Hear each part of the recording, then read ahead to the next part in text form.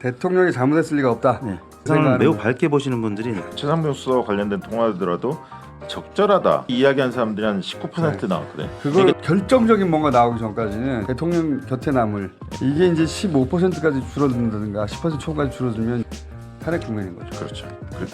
대통령 거부권 행사, 전화 면접, LS 모두 60%가 권한 남용이다. 네. 대통령 지지층만 남아 있어요. 네.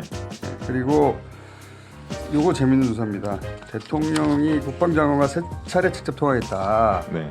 이 3차례 통화에 대해서 최상병과 상관없다라고 대통령실에서 말했는데 과연 그걸 믿느냐?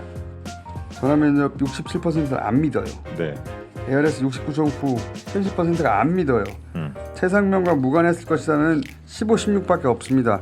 국민의힘 지지층도 41%가 최상병 관련이었을 거라고 생각해요. 매우 잘한다라고 한 분들이 아까 한 10% 초중반이라고 했는데 딱 그만큼이 그렇죠. 최상병 수사와 무관한 통화였을 것이다. 대통령이 잘못했을 리가 없다. 네. 세상을 매우 밝게 보시는 분들이 한 그러니까 15% 정도는 대통령은 무엇을 해도 다 잘했을 것이고 네. 이때 전화는 대통령실에 세명한 대로 최상병과 상관이 없는 것일 것이다.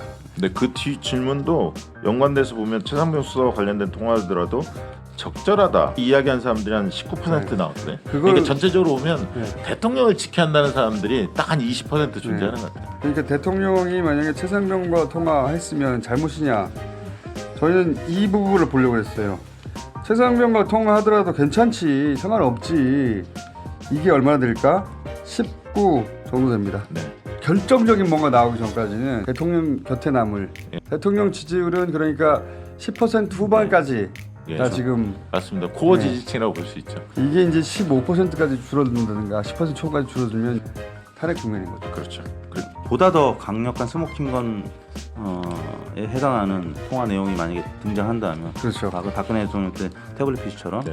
그러면 이제 이게 확 떨어지면서 탄핵 국면으로 갈 수밖에 없는 거죠. 모든 여론 지표가 아슬아슬한 상황입니다. 그리고 올 하반기에 전쟁이 나겠죠. 양쪽에서 공수가 아주 치열하겠죠.